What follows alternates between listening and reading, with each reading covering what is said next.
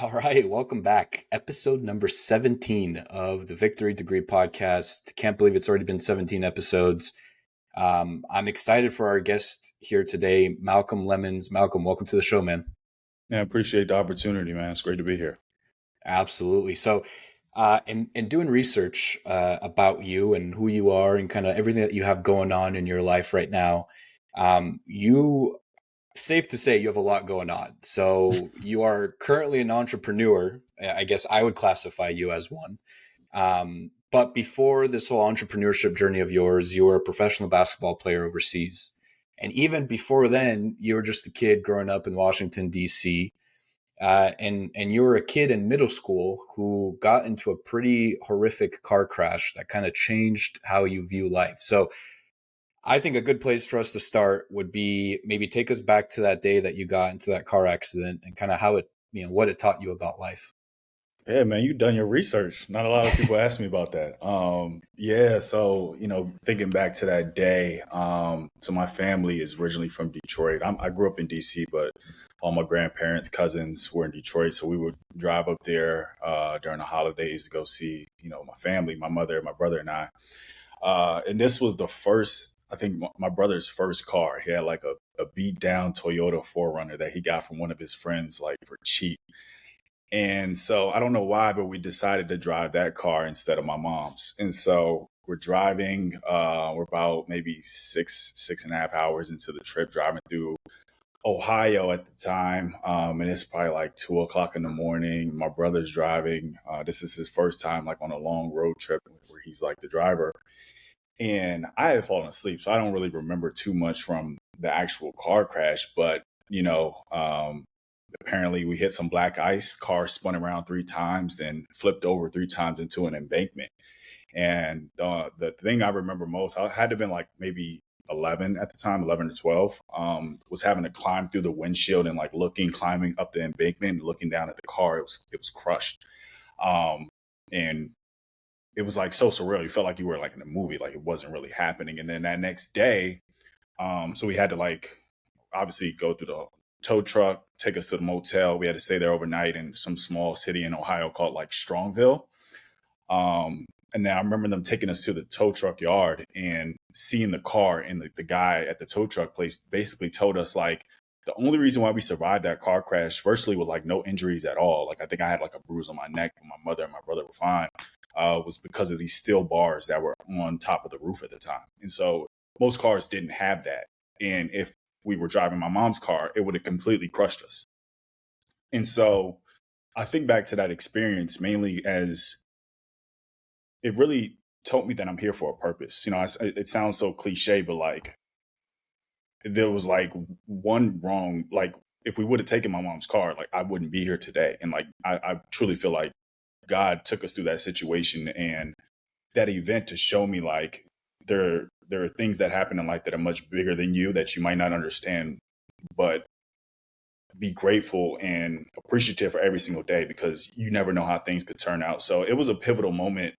I think looking back at my childhood, I've gone through a lot of different life-changing circumstances, but that was like highly impactful for that reason alone of like, if we would have just had been in a different car, I wouldn't be alive. So it was definitely, super, super, impactful and has truly made a difference in how I operate on a daily basis. Yeah, so that last part, the operating, changing how you operate on a daily basis, I kind of want to double click on that because one thing that I've been thinking about recently is the fragility of life. And to your point, how it can just all be taken away one day. And so I was listening to this other podcast and this guy was saying, well, you know how people always say live every day as if it's your last. Well, if you actually take 6 months and truly practice that, like every day when you wake up, you're like, okay, this is my last day on earth. What am I going to do? He talks about if you actually practice it for 6 months, how your life will change because you're actually living as if it's your last day every single day. So I'm curious, having gone from DC to professional basketball, now entrepreneurship, you are accustomed to taking risks and taking chances and seemingly living kind of like it is your last day every single day, right? And saying, hey, if I fail, I fail. So I'm curious if there's any connection between how you live now and what that car crash taught you about life. I think for sure. I think naturally in my DNA, I've always kind of been a risk taker by nature. I'm not. I'm pretty fearless when it comes to um, pursuing things that I want to do in life, knowing that fear essentially a lot of times is irrational. Like a lot of people will fear doing something because it's a go like maybe against the grain or maybe uncomfortable, or they look at the worst case scenario. But when you honestly look at a lot of situations in life, they're not as um, risky or something to be as afraid of as much as we make it out to be. And so I've always tried to take the perspective of like, is this the worst case scenario, and can I live with this, or can I recover from it? For a lot of decisions that we do make, we can bounce back or double back, and it really wasn't even that big of a deal to begin with. And so it's really kind of taking this perspective of like, we really only get one shot at life. Like we get one chance to do the things that we want to do, to live the way we want to live, and we're all going to go someday. So why not take advantage of something, even if you are a little afraid, even if it is does seem a little risky at the time? Why not take advantage of the time that you have here, knowing that it's limited, knowing that you might not have another opportunity to pursue some of the things that you want to do in life, as obligations compound, and you get older in life, you become a lot resistant to risk. So I think why especially while we're young, why not take that leap? Why not go out and try new things, and take the chance of failing at something? Like that is what, to me, what life is all about. It's like putting yourself out there, and if it doesn't work out, you can always pivot, you can always change paths. But at the end of the day, we only get one chance to do this the right way, or the way that you want to. So let's talk about a decision that impacted your life, and that was deciding to play basketball and to try play at a high level. You mentioned in other interviews that ever since you were young, little Malcolm wanted to be a professional athlete. Like that was your goal. So I'm curious what your relationship was with basketball growing up, and then how it evolved over the years, especially when you got into Niagara University and then eventually playing overseas in Japan. Like take us through the evolution of your relationship with basketball from the very beginning to maybe your last playing days. So I think originally basketball was more of like a safe haven.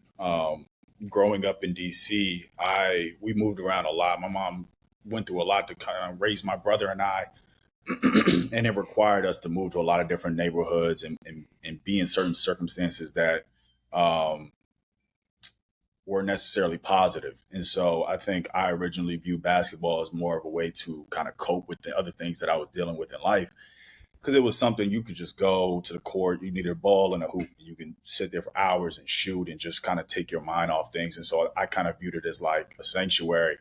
But then when I got to high school, the more I played, the more I kind of had this competitive drive and urge to want to be successful in it, because I saw it as a pathway. Obviously, a lot of inner city kids see sports and entertainment as such, and so as I played, the more I saw like, hey, I'm actually pretty, good at this. If I actually put more effort and work into it, like maybe I can, become a professional athlete like the other people that I idolized at the time. And then when I got to high school is really when I saw how competitive the sport was and how much work it actually really takes. I remember going into my freshman year of high school, we we would go to 5 Star basketball camp, and the first person that I met while I was getting on the bus was this guy named Tyler Thornton. At the time, he was in the same class as me, but he was about 4 or 5 inches taller, had a mustache. Dude was like top 100 in the country, was getting recruited by like Georgetown, Syracuse. I'm like, what grade are you in? I'm like 5'9", skinny kid from DC. He's like, I'm in 8th grade. I'm like, there's no way. I'm like, these are the type of people I got to compete against.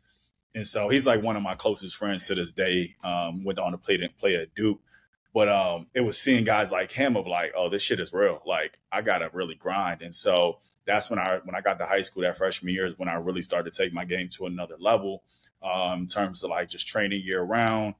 Uh, going to workouts after practice, weekends working out, lifting. Like it was all that 24/7, 365. It was basketball. And so that was the priority.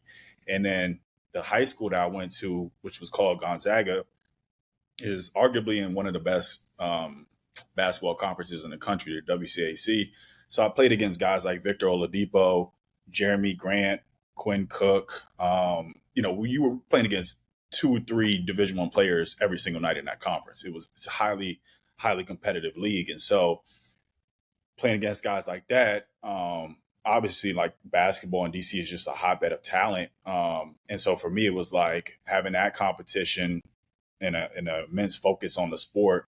That's really what propelled me to go play at Niagara University.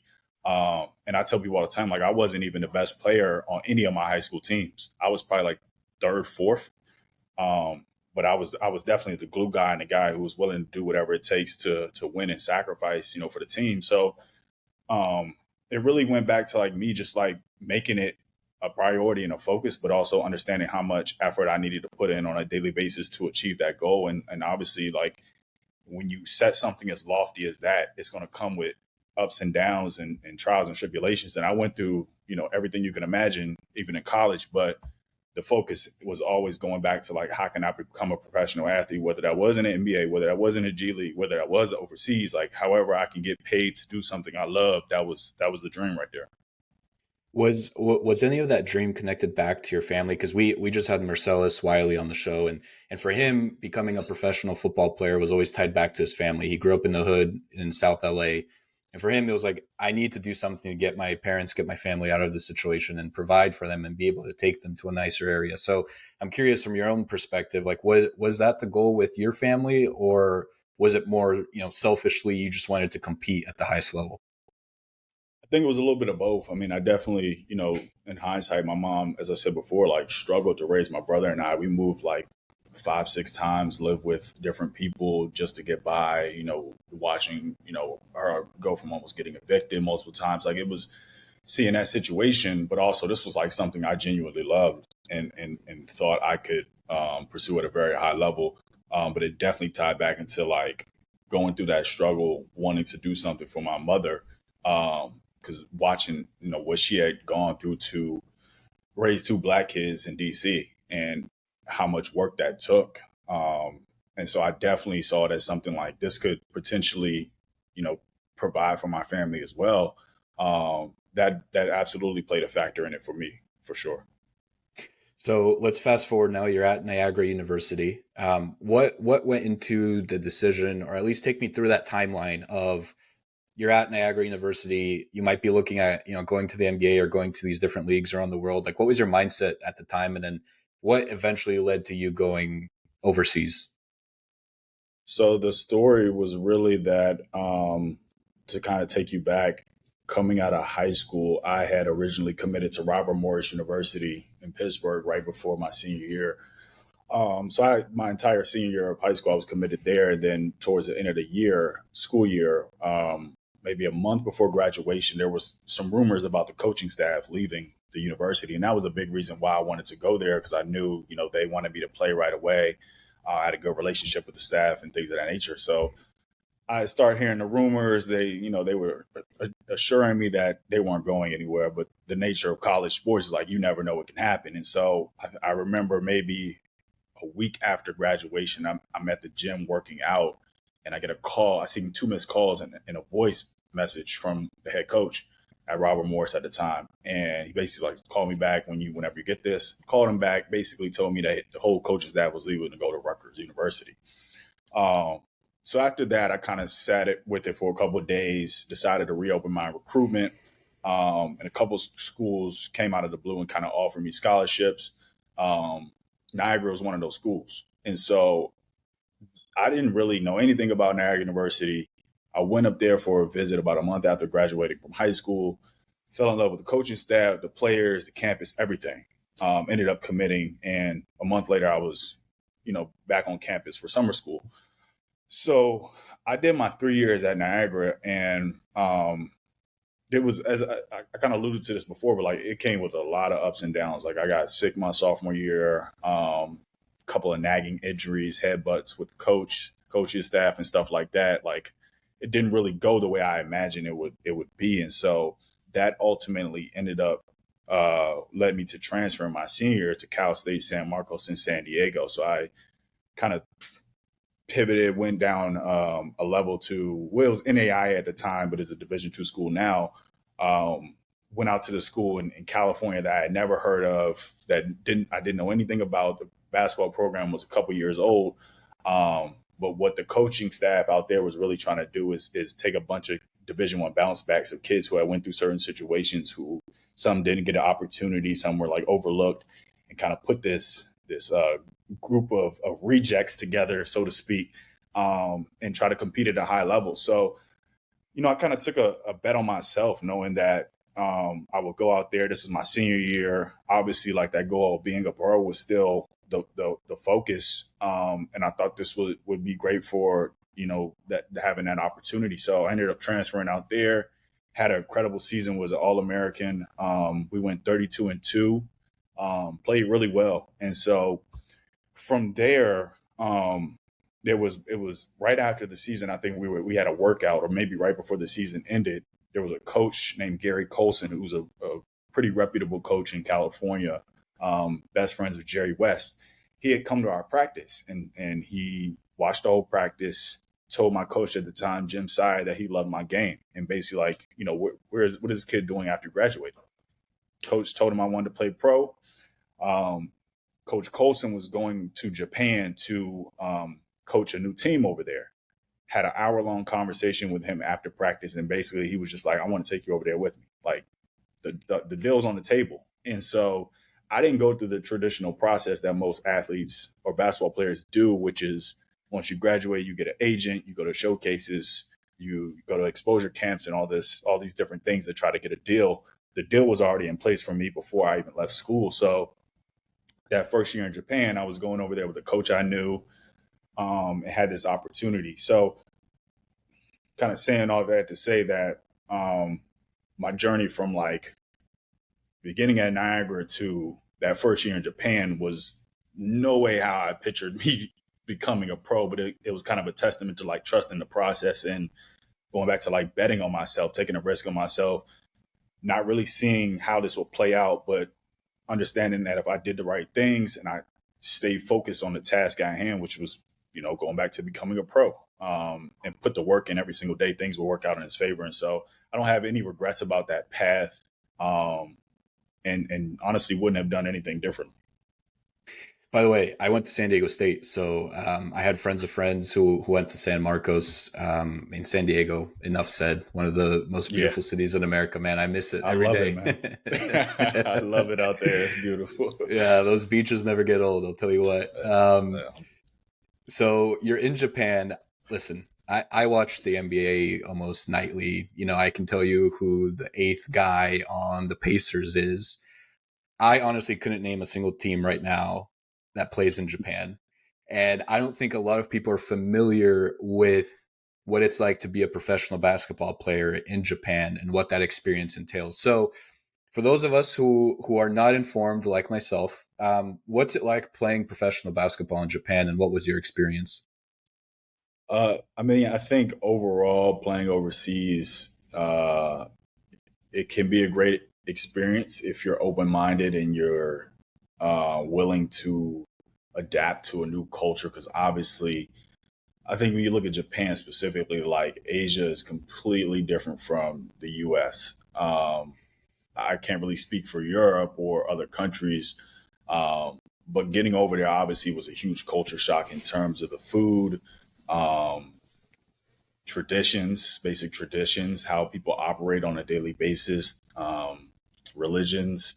So all these different things, you have to understand that you're in a completely different environment than what you've been accustomed to. And I think a lot of players, when they get over there, they're more guarded or closed minded, or not really willing to try to understand, who these people are, and how their culture is. And so I always told myself, wherever I ended up, I was going to do my best to try to acclimate and ingrain myself in that culture, and try to adapt the best way I can. So I would say, from that perspective, having that perspective is what I think allowed me to have a great experience off of the court. Japan is one of the most amazing countries that I've been to so far.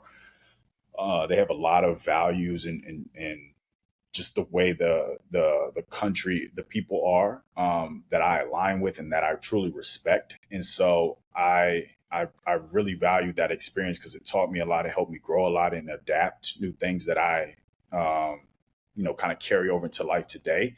Basketball wise is a little challenging because you can get put in situations where obviously there's a language barrier, the laws are different.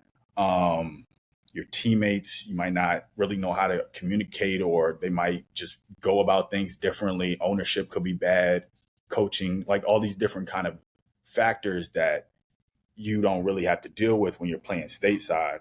So I think from that perspective, it was a huge challenge for me because I played on teams that were lower on the totem pole in the leagues. They weren't as good. They were younger. Um, Ownership didn't really care. Money was coming late, or you could not get paid at all. I had teammates who got sent home early and didn't get the remaining of their contract salary. So dealing with situations like that, and then if you don't have an agent to advocate on your behalf, or they don't really understand how to operate in these countries, that could be another factor that kind of plays a part in it. So I've heard a ton of horror stories, man, like things that you wouldn't believe about players overseas, but it really just goes back to the level that you're playing on. It could be the team that you're playing on, the country that you're playing in. So it's all these different things that can play a part in how your overall experience is in a different country. But I think for me, the 2 years that I did play in Japan was really solid for the most part, aside from basketball wise. I definitely value that experience, truly. I mean, if there's like one, I know, these type of questions are usually cliche, but if there's like one thing that you can take away from your experience in Japan and playing there, either a life lesson or something, maybe there was a moment that taught you something about life that you still, hold with you today. What would that one thing be? Um,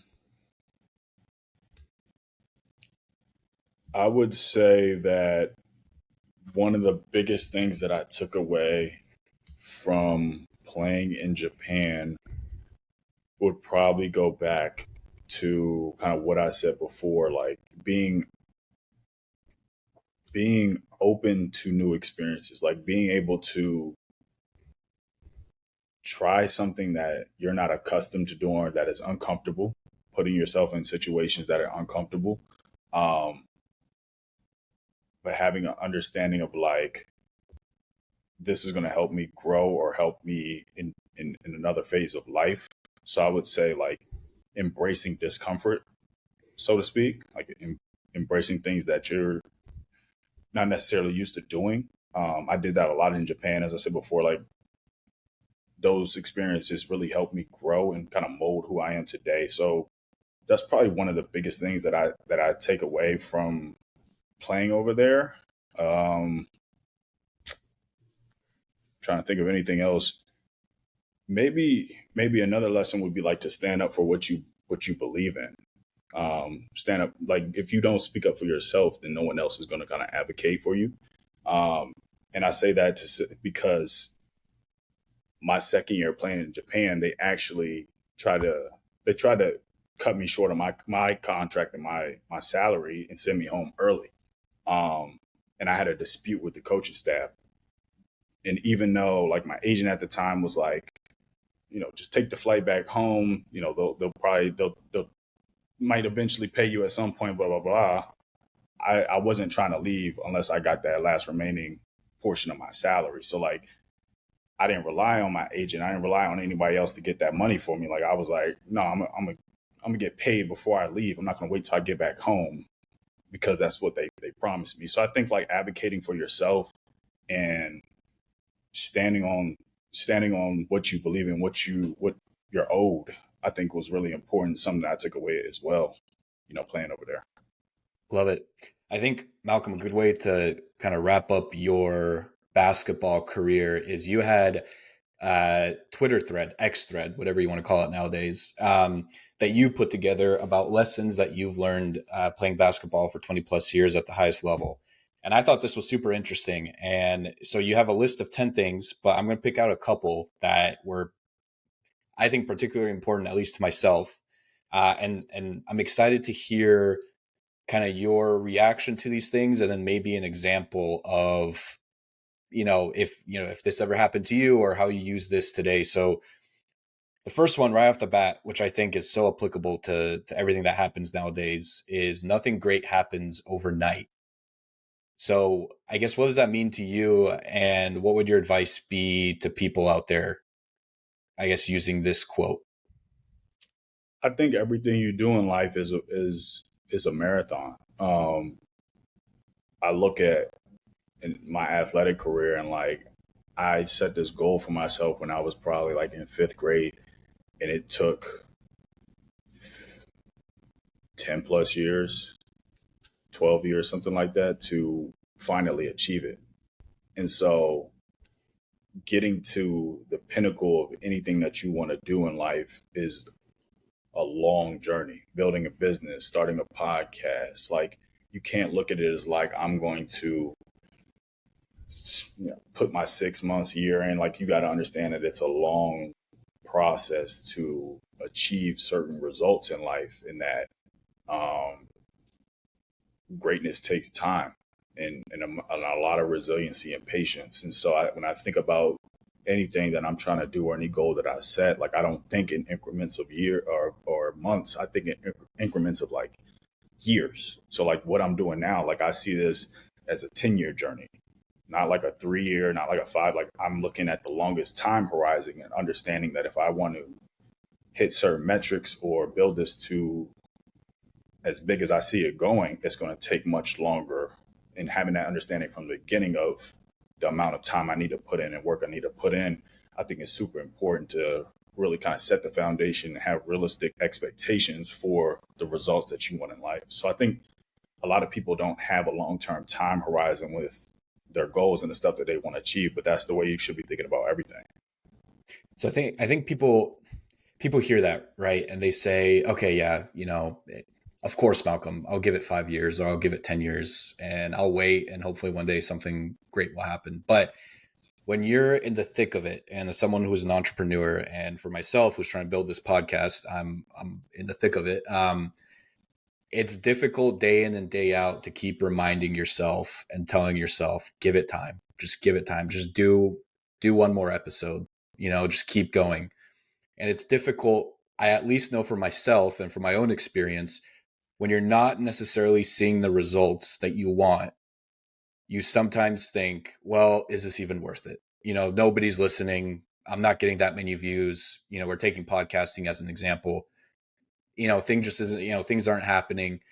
So what's your advice to someone, and we can take myself as an example, that's going through it right now, and they understand that they need to give it time, but in that day-to-day grind, it's difficult, and they're not seeing the light at the end of the tunnel. I would say that there's a thin line between delusion and diligence. All right. I think that sometimes people do things, and when I say like, look, you have to have that long term time horizon. To kind of touch on that a little bit more, like it might not take that long, but I think it's important to understand or recognize small wins along that journey. So, like, take podcasting for example, you might only have like 20 downloads or listens per episode, but are you seeing incremental growth over that time period? Are you seeing like people giving you slight feedback or you know some type of note that's like showing you that you're on the right track or you're doing the right thing, or it's like striking a chord with people. So I think paying attention to small things like that throughout the journey is super important to prove to you that it's worth your time. And then also in the same instance of like, do you just genuinely enjoy what you're doing? It doesn't necessarily like your goals don't necessarily have to be monumental or like, I want to be the biggest, I want to be Joe Rogan, but is it something that you enjoy doing and that you're getting value out of yourself? Like not everything has to have some big monetary gain attached to it or some big result attached to it. But if you're enjoying the process, like creating, like talking to people, and think it's providing genuine value, then I think that's also important. So I think understanding what you're trying to achieve at the beginning, setting realistic expectations, and then throughout the process, um, paying attention to those little wins. If it is something you do want to like turn big and have like this I want this to be my thing. I want to make money doing this. Paying attention to how you're operating from a business perspective and um, the small incremental wins over time, I think is really important to understand. Like, okay, well, this is actually I'm on the right path here. I'm getting good feedback. People are listening over time. It's slowly growing. So I think that's got to understand, like, not be delusional about it. If you got like 150 episodes and ain't nobody listening to the shit, you might need to put it to the side if you want to turn it into a business. But if you're seeing those small wins, it's just like stay the course, man. Keep going, because that next episode could be the one that pops. Yeah, I love that perspective, and it reminds me. So Tony Robbins does this thing where he'll sit down with someone and he'll say, "Hey, look around your room right now and tell me all the blue things that you see. I see that blue target behind you. Just like notice everything that's blue in your room. All right, cool. Now take another look around and notice everything that's red in your room. It's like, all right, cool."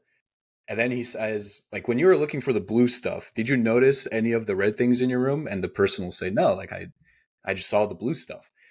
And so it's an easy experiment, but it kind of shows you the value of, whatever you're focused on is, if you're focused on only the negatives, right? If you're focused only on the red stuff, then you're not going to see all the positives that might be happening around you. So to your point, hey, if you're only focused on the fact that you're getting 20 downloads an episode, you're not going to see the fact that, hey, your friend just messaged you saying great episode, love the insights. You're not going to notice, maybe you have a couple more reviews on the podcast that you didn't have before, right? So I think it's all about this perspective and what you decide to focus on. So I love that. I love that mindset, and I love that perspective that you offered, because I mean that's really what it is. And I'm sure you've seen it in your day to day building vetted sports, which we'll get to. But it's so easy to focus on the wrong things. So I think that's a great piece of advice. Malcolm, one more here from the list. Like I said, there's a list of 10. We'll include the thread in the description, in the notes of this podcast, because I think it's valuable for everyone to see. But you had one on here that I think could be viewed as controversial, although I'm not sure, but you put talent matters. And the reason that I think that might be controversial is because everybody just says work hard. And that seems to be like the advice that everybody gives. And it seems to be like, hey, if everybody just works hard, you're going to make it. And so I want you to expand a little bit on this whole talent matters thing and how you think hard work ties into that. At the end of the day, man, like there are some people who are just going to be naturally better in some things than you are. Like I take basketball, for example, because obviously, that was my life for so long. But like I played against guys and with guys who, no matter how much work I put in, no matter how many shots I got up, they could probably do half of it and just still be better than me. They were just more gifted. And so I think you have to have this understanding of like your skill set, where you can shine and where you can kind of be a differentiate, like have that differentiation in anything that you're doing, because there are going to be some people out there who are just naturally talented and naturally just like better than you in some aspects. And granted, like your hard work and effort still matters a lot. Like one of my favorite quotes, and when I was in high school, I used to work out with Kevin Durant's godfather all the time. He was a huge mentor to me, but he would always say like hard work beats talent when talent fails to work hard. But there's like guys who have both, who like take Kevin Durant, for example, like super talented. And if he didn't work hard, he probably would still be in the NBA because he's that gifted. But without that hard work, he wouldn't be Kevin Durant. You know what I'm saying? So I think understanding like where your skill set lies, what you're really naturally good at, and then adding hard work on top of that is how you get to greatness. Talent matters a lot. Love it. Yeah. And like I said, I think it's controversial because I think people don't want to believe that some people are just naturally more talented. I think it's almost like people, we just want to level the playing field for everyone. And it's like, hey, if I do 1,000 of these episodes, I'll be Joe Rogan one day. But to your point, Joe just might be more talented at this whole podcasting thing. And I might not get to his level, but I could get to a level that's good enough for me. Just like Right. you're talking about KD. Listen, if KD didn't work hard, he wouldn't be KD, but he would maybe be, the 10th best scorer in the NBA, right? So Right. I like that, and I think people need to keep that in mind. That listen, hard work is important, but it's not the end all be all. Malcolm, all right, this is the moment I've been waiting for, man. I'm not gonna lie to you. So I read your book, Impact Beyond the Game, and you, I think, tweeted at one point. It was a picture of your book, and you said, I forget the exact tweet, but something along the lines of, "It's gonna be cool one day when people look back on this as like the book for the NIL." Something along like that was your quote along those lines. Yeah. Um, I have so many places that I can go with this, but I guess just 30,000 foot view. Your book is about building a brand, and it's for athletes who want to build a brand. But honestly, I think it applies to almost everyone. I mean, I read it. I'm not an athlete, but it had a lot of stuff in there that applied to my journey as well. Before we get into some of the details, why should athletes build a brand? I think I kind of made this point before, but like, or maybe I didn't, but like, for every athlete, there comes a time where you're going to have to stop playing your sport. And that transition into life after sports and figuring out what you want to do next is super challenging. For some athletes, it's going to be more difficult than others, but your identity is tied to so much to being an athlete that it's hard to disassociate between the two. Um, so I think that while you're playing, when you have this leverage and this influence and this so-called platform, it's super important for athletes to understand the position that they're in, whether they're a student athlete at UCLA or playing for the Lakers. Um, Athletes have to understand that while you're playing is when you have the most brand leverage and attention, and knowing how to turn that into like opportunities to make money, into relationships, into establishing an audience, whatever the case may be, is important. It's striking while the iron is hot, so to speak. So I think all athletes need to understand, despite what sports you play, male, female, whatever level, like that is the pinnacle of your brand in a lot of ways, in a lot of aspects, or it could be. So taking advantage of that opportunity, I think, is extremely important in regards to trying to make a transition into life after sports and figuring out what you want to do next, and having relationships as when you're done playing. So I'm curious, we'll get again into some of the finer details, but looking at your own journey, I think, and correct me if I'm wrong, I read this somewhere that your first job after retiring from basketball was working at Apple. You What did your like research, man. I'm telling you. Shit. I try, man. I'm like, you um, know me better than I know myself. so let's go back to the Apple days, man. So what was your mindset? I mean, obviously, I don't want to speak for you, but you figured you had to do something. And so working at Apple might have been the first move. And I think in the book too, you talk about, hey, building this, huge social media presence might not happen overnight. So maybe let's go get a 9 to 5. Maybe let's, try to do other things. So like, what was your own mindset when you retired from basketball? And when did you kind of make that jump to say, all right, let's start building this brand for real?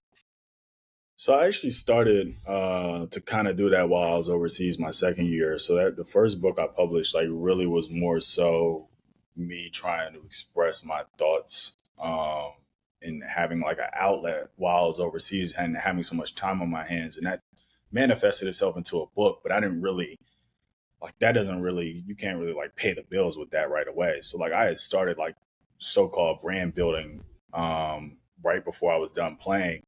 When I came back home, I actually worked at Apple. I was working at Apple and I was working at a club at the same time, um, going into my second year playing overseas. So those were, and that shit was horrible, but those were my first two jobs, like real jobs. And I told myself, like, this is not what I want to do. Like, after I did that, I was like, no, I got to figure out a new path. So once I got that second contract to go back to play in Tokyo, that's when I was like, all right, like, I got to start figuring out something here. And so that's really what led me to like me starting to build my brand, creating online, and seeing there was a possible opportunity here. But even so, like, I didn't have a clear understanding of like what was going to come from it. I knew that I was willing to try a lot of different things to figure out what my path would be. So I kind of had that humility and, willingness to start from like zero and to build up. But it was still kind of a process to getting to the point where I'm at today and like figuring out, okay, this is my lane. This is what I see myself doing, and like going full steam ahead into that. Yeah. What's your opinion on like brand perception? Because I think a lot of people hear those two words and they think a lot of different things. But when you think about building your own brand, when people say Malcolm Lemmons, like what are some things that you want people to think of when they hear your name or see your content? I think first and foremost, man, someone who's providing value. I've always kind of prided myself on like using my life experiences and whatever I kind of put out online, related to me or not, is like serving other people. So like if somebody comes across my name or like is talking about me in a room that I'm not in, I want that first and foremost to be about my integrity and who I am as a person, and how I give to other people, like how I'm of service to other people. And I think that's really what it goes back to, of like your brand, like branding essentially is like getting people to they know, like, and trust you.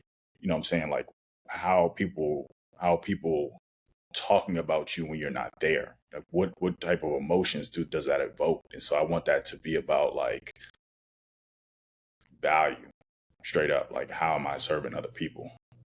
Yeah.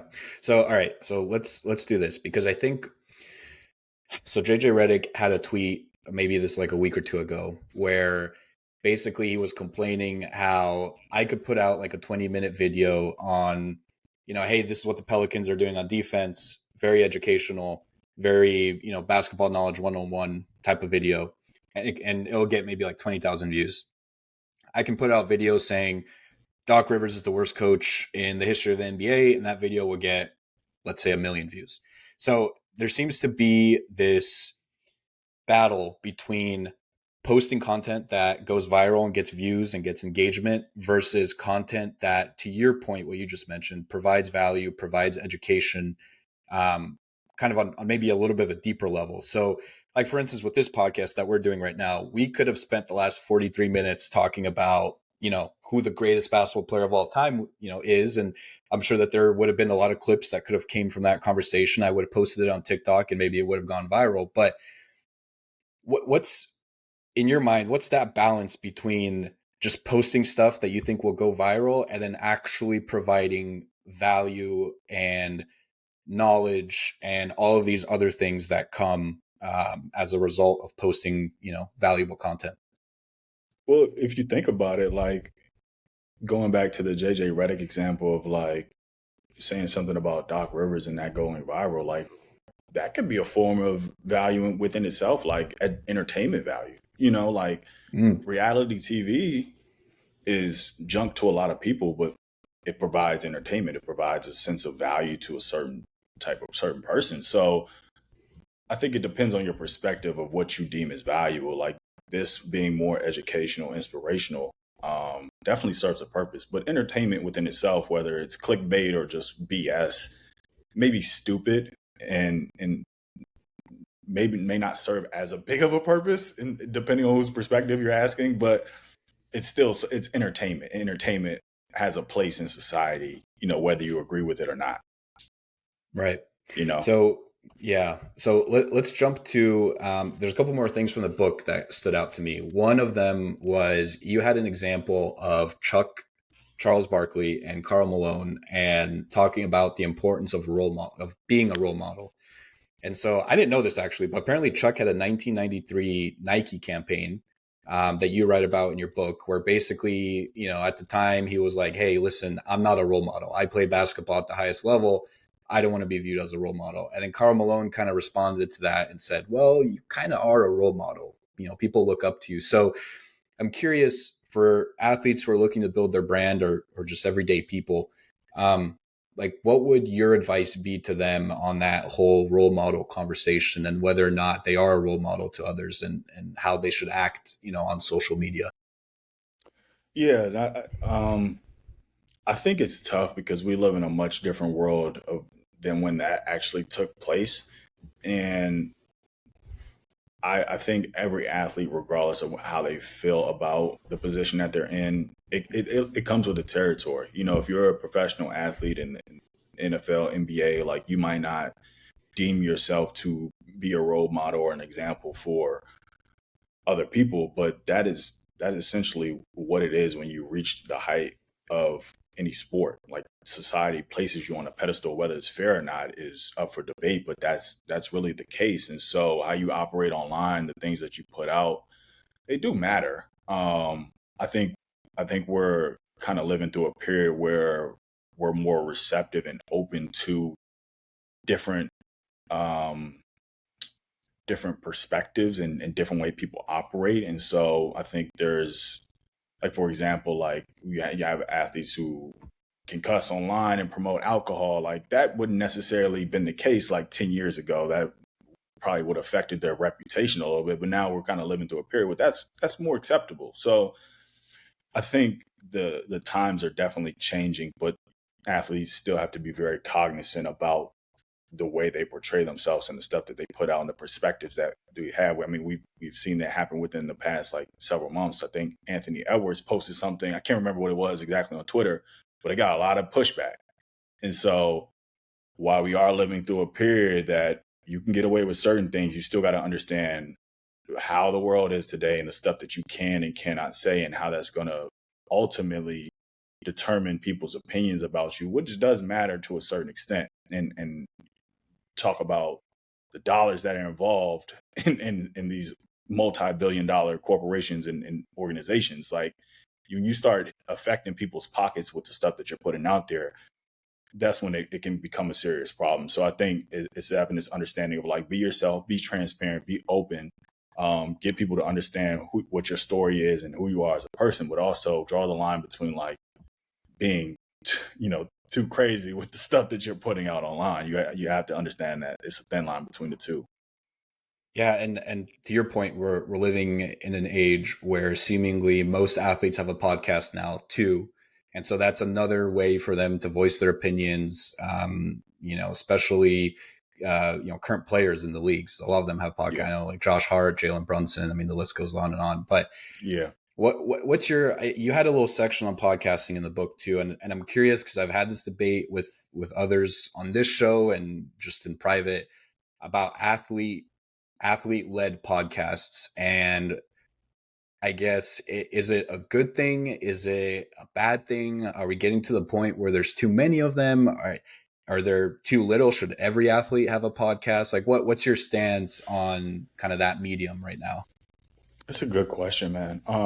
I think it's definitely good. And you saw like I got to give a shout out to like my people over at Uninterrupted. Like LeBron and Mav had this idea like back in like 2015, and they were like ahead of the times of like wanting to get LeBron's voice out there uninterrupted and kind of creating this whole platform and company around athletes being able to tell their stories without any kind of interference from journalists and media. So I think kind of cutting out the middleman and being able to go straight to your audience and your fans and have that one-to-one like relationship, I think is super important in terms of brand building. So I do think there's a place where every athlete could have a podcast. Obviously, that's not going to be the case. I don't think we're at a point where it's like there's too many out there. But I think overall, when you look at media and how it's changed over the years, like for so long, athletes really didn't have a voice. The only way they were able to get out their perspectives and voice how they were feeling was like through ESPN or Sports Illustrated or some of the bigger, sports media brands out there. But now we're getting to a point where it's like, I don't need to go to these outlets to tell my story or build that relationship. And so I think that overall is good for the ecosystem and really helps athletes kind of bridge the gap between them and their fans and what the truth is. Yeah. So as we kind of wrap up this conversation on branding and athletes and all that good stuff, and your book again, Impact Beyond the Game, the link will be in the description, along with Lessons from the Game. So your first book that you mentioned. Um, when you think about athletes who have done it the right way, and maybe a couple of examples. What are some examples that come to mind of athletes who have built their social media presence, have built their brand the right way, and continue to be a role model for those looking to be just like them?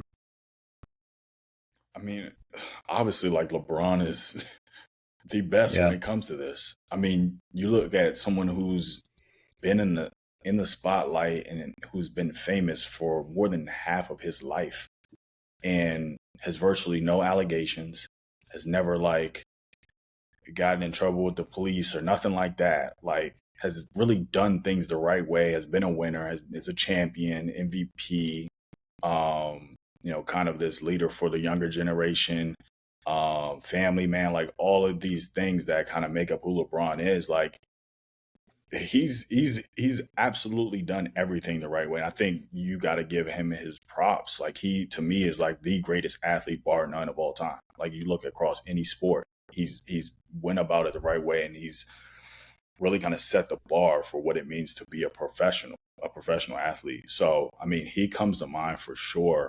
I think Serena Williams, you look at like women athletes, is another one who has obviously had a like an illustrious career and is one of the greatest athletes of all time as well. But like looking at the business side and how she's been able to be a team owner and invest in different minority based founded companies and like building her own brands and things of that nature. Like she's also kind of led the charge for like women athletes and what they're capable of doing, not only in sports, but outside of that, and kind of raising the standard and the bar for that. So I look at both of those athletes, but I think there's a lot of like younger athletes who are also kind of looking at the athletes that came before them and really kind of taking that next step to build brands, to really kind of leverage going back to leveraging their influence while they're playing to have other opportunities. So I give props to those two, but I'm seeing a lot of different athletes kind of doing that these days as well. So younger yeah, athletes. yeah, absolutely. Malcolm, we're coming up on an hour here, but I want to get into some of your entrepreneurship stuff, which I think is super fascinating. So you're building Vetted Sports, which is a part of it is a weekly newsletter, and that's funny because I originally started building my brand on Twitter, and if you get into what we call money Twitter, so kind of the entrepreneurial side of Twitter, everybody has a newsletter, man. It's like you go on their profile and it's like, hey, join my newsletter. Get your free gift by joining my newsletter. And it's like Yeah. it's plastered on everyone's profile. Um, so I'm curious, like how did you get into the newsletter game, and what are some things that you've learned ever since starting Vetted Sports? Well, to answer your second question, man, like I've learned a ton. Like, building a media brand is very challenging. I think I'm looking at it from a slightly different perspective of like from like a monetization angle, not really relying on like advertisements or sponsorship, but more of like a subscription based platform. And so I've learned a ton of just like looking at other brands that are similar and kind of taking inspiration from them, but understanding what applies to like my audience and the demographic that I'm trying to reach. And I think originally, like I've always kind of been a naturally good writer. Um, and so starting a newsletter, I think I started my first one probably back when I had published my second book. So I had started building a newsletter maybe like 2019 and didn't really do much with it because I didn't really understand why they were so important.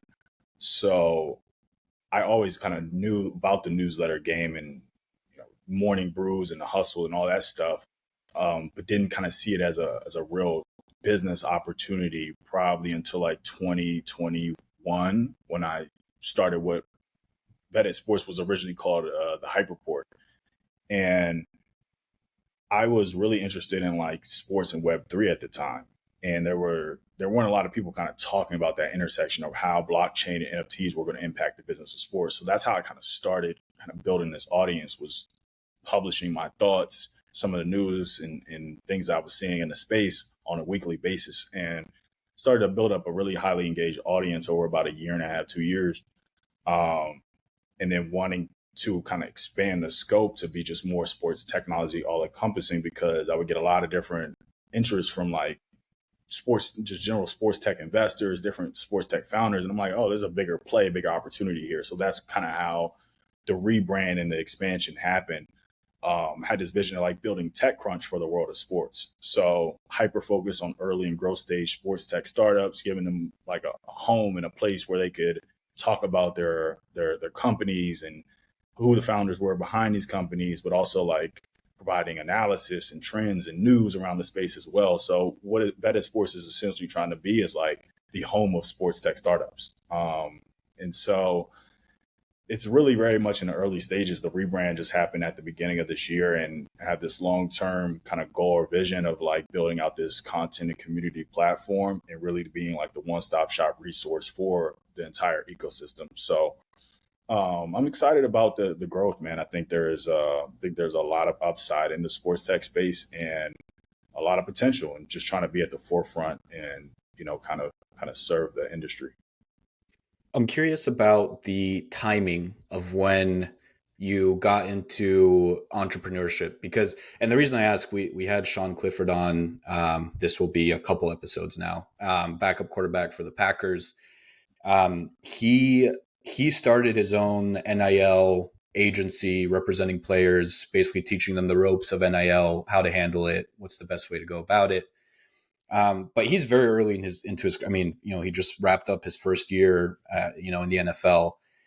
And there seems to be, this spectrum of athletes who start businesses while they're playing, maybe start businesses a year or two after retiring, maybe start businesses 20 years after they retire. So I'm curious if you have any thoughts on kind of the timing of when you get into entrepreneurship as an athlete, and I guess when athletes. I think you had a like Huffington Post article from like 2017 that was like talking about the timing of when athletes should start thinking beyond the game that they're playing.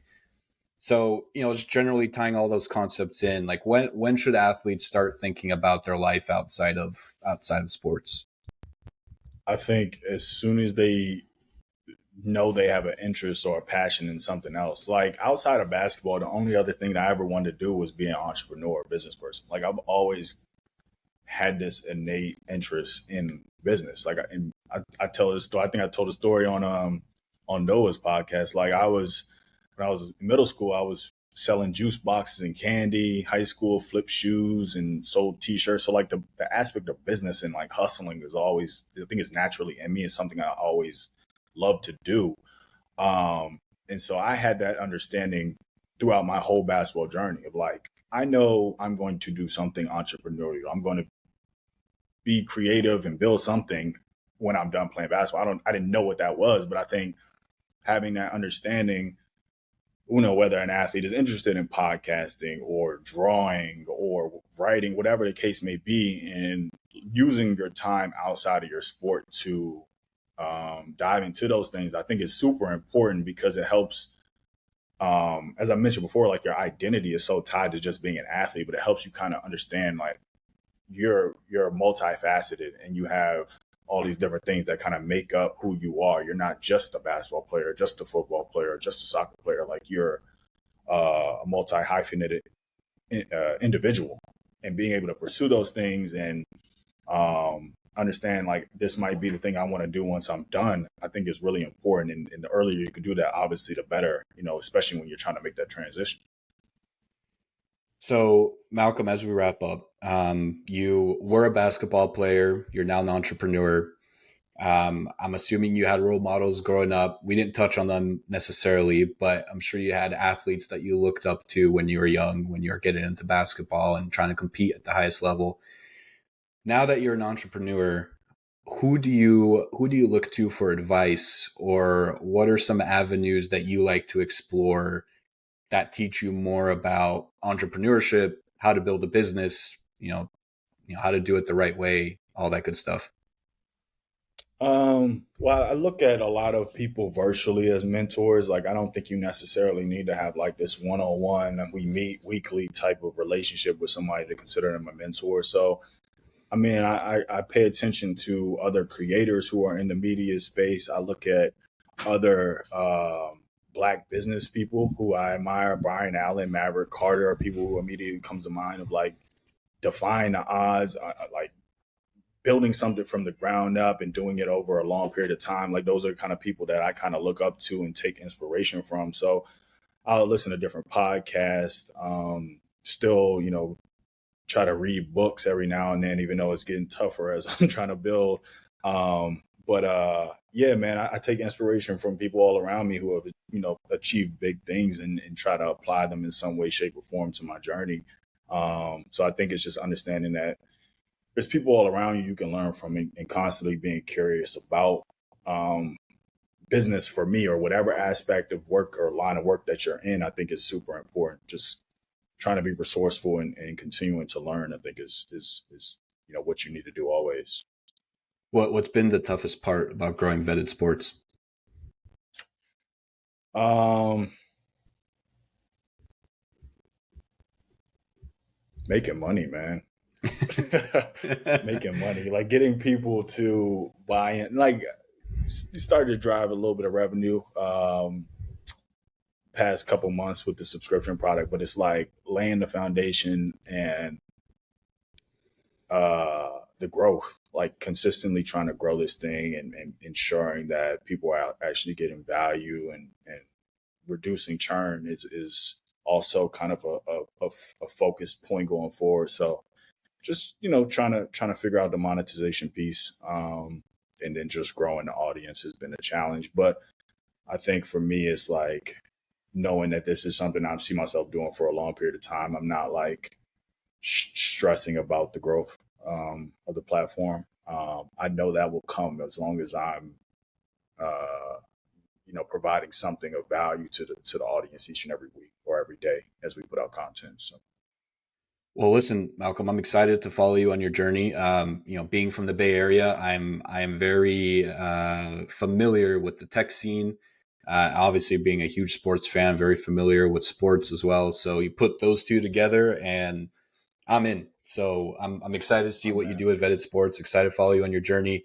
Um, Malcolm, all of your links will be in the description. All your social media will, of course, link to Vetted Sports, link to your books. Before we close out this episode with a little tradition that we do here on the Victory Degree, is there anything else you want to promote, or anything else that you want to shout out? nah, man, it's just vetted sports, man. That's my primary focus right now. So we're at vettedsports.com. The newsletter is newsletter.vettedsports.com. So we appreciate anybody opting in, checking out our content, and I'm always down to connect with people as well. So pretty active on LinkedIn. So if anybody's interested in reaching out, please do so. Love it. Well, Malcolm, we have a little tradition here on the Victory Degree podcast, and it involves some life advice. So every episode, I ask my guest to leave a piece of advice for the next guest.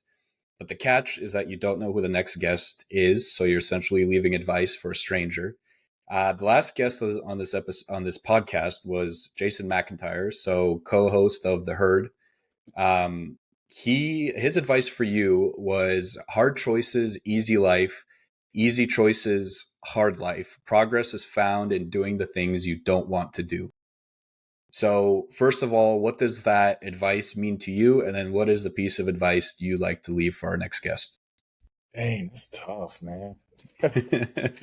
um, so that means to me of like, I think of sacrifice, like doing things that you don't want to do now so that you can reap the benefits later. So when I hear that quote, I think of like, there's going to be stuff that you might not like, not letting your emotions get in the way of the decisions that you're making.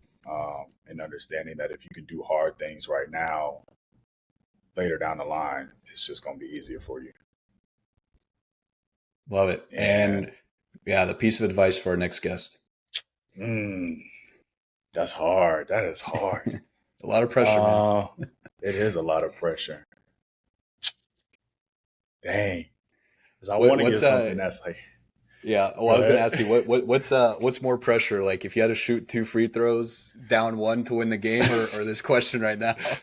Oh, free throws for real. Go, oh, and that's good. That's good. But free throws would be easier. But like pressure bursts pipes, but also makes diamonds. Mm, So I would say something along the lines of like pressure is a privilege. Understand and embrace pressure in life, and um, however you are, however much you're able to handle will ultimately determine how far you can go in life. love Hopefully, it. I got that out right.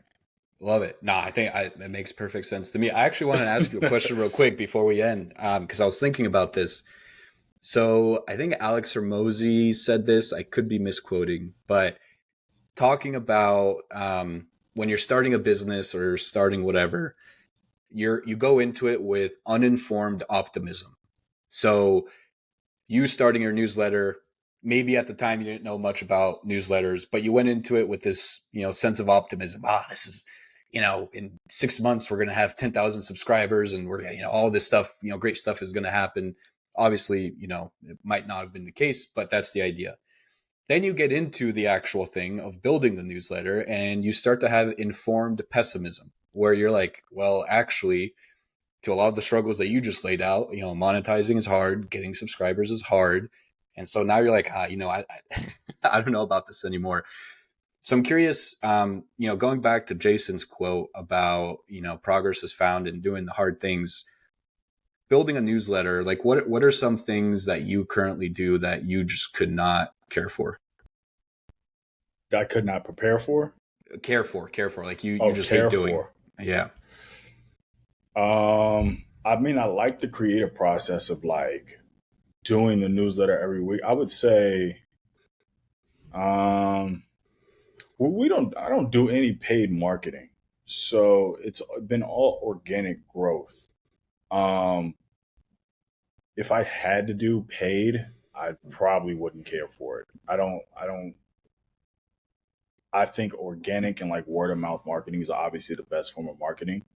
Um, but anything outside of that, like I enjoy the process of like creating it, the hand to hand combat of like trying to get people to opt in and stuff like that. I've done in the past as well. So I wouldn't say there's anything like as far as a newsletter goes, like nothing I necessarily like don't like or care for. At least at the moment, that might change as maybe in like a year or so. But right now, I mean, the whole process of like just trying to build this thing from the ground up. I mean, every aspect of it is like interesting or fascinating to me. Right.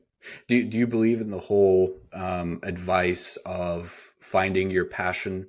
Like do you think that passion obviously exists, but the advice of finding your passion seems to be overused, and whether you're building a newsletter or I take myself as an example with this podcast, there's certainly things about building a podcast that I kind of don't like. Like I hate the Mhm. editing. Like if Yeah, there's an editor out there that that wants to edit my podcast for me, like I will pay you because I hate the editing. So you know I can't sit here and say, well, I love everything about podcasting. Like this is like there's nothing wrong with it. So I'm just curious, like what's your take on this whole thing? Because it seemingly, and I'll let you answer, but it seemingly feels like finding your passion means that you're doing something that you love 100% of the time. That is at least how I think the quote and the advice has been interpreted by most people. So maybe if you could speak a little bit on that, because I'm curious what your thoughts are on this whole finding your passion advice. Yeah, I think it's a little misguided. I think even if you do love doing something, there's going to be days where you don't want to do it.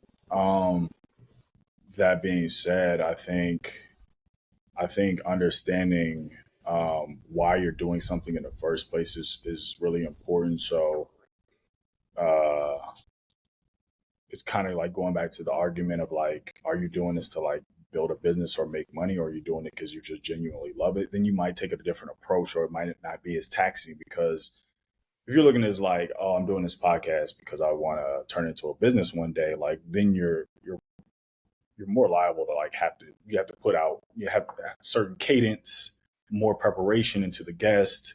There's just a lot of more work involved to make it as best as it can be. But if you're just doing it because like, oh, I like podcasting, and like I'll put out an episode maybe one week, and then a month later you put out another episode, and it's kind of sporadic, and you don't take it as seriously, and it might not be as taxing or stressful, and it might be a lot more love involved in that process. So I think knowing the purpose before you start something could help.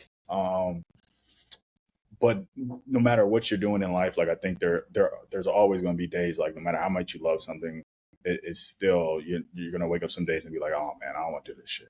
I had plenty of those days with basketball, even though I love to play.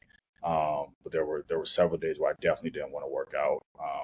So I don't know. I think for everybody, finding your passion or things you love to do is can add meaning to your life, but don't think that it's going to be like sunshine and rainbows every day. What a great way to end this, man. Find your why.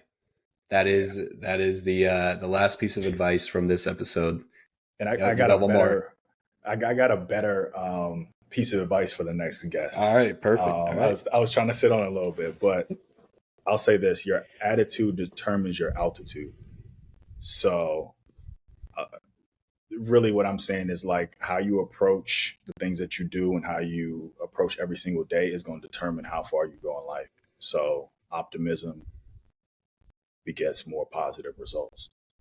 Whereas Love it. negative, like if you're negative and pessimistic, you're gonna get more of that in life. So Yeah, I think one of the things that you put in your Twitter thread about lessons that basketball has taught you, I think one of them was success starts in your mind. So I think maybe that ties in a little bit as well with this, attitude piece of advice that you just left for our next guest, Malcolm. boom, there This we has go. been amazing, man. That is a fantastic piece of advice. I will definitely let you know what our next guest thinks of your advice. I'll shoot you a little DM. Let me know. um, yeah, but dude, listen. Thanks so much for your time. This has been amazing. Wishing you just all the success with Vetted Sports. Like I said, I genuinely am eager to follow you on your journey because, like I said, you're building stuff that's that I'm interested in. Sports and tech. Like I said, those are two of my interests. So excited to see where that goes and excited to see the heights that you reach, my man. Thanks again for coming on. No, I appreciate this, man. This was great. You definitely have done your research and are proficient and skilled in this podcasting game. So this has been a lot of fun. Appreciate it, my man. All right, till next time. Yes, sir.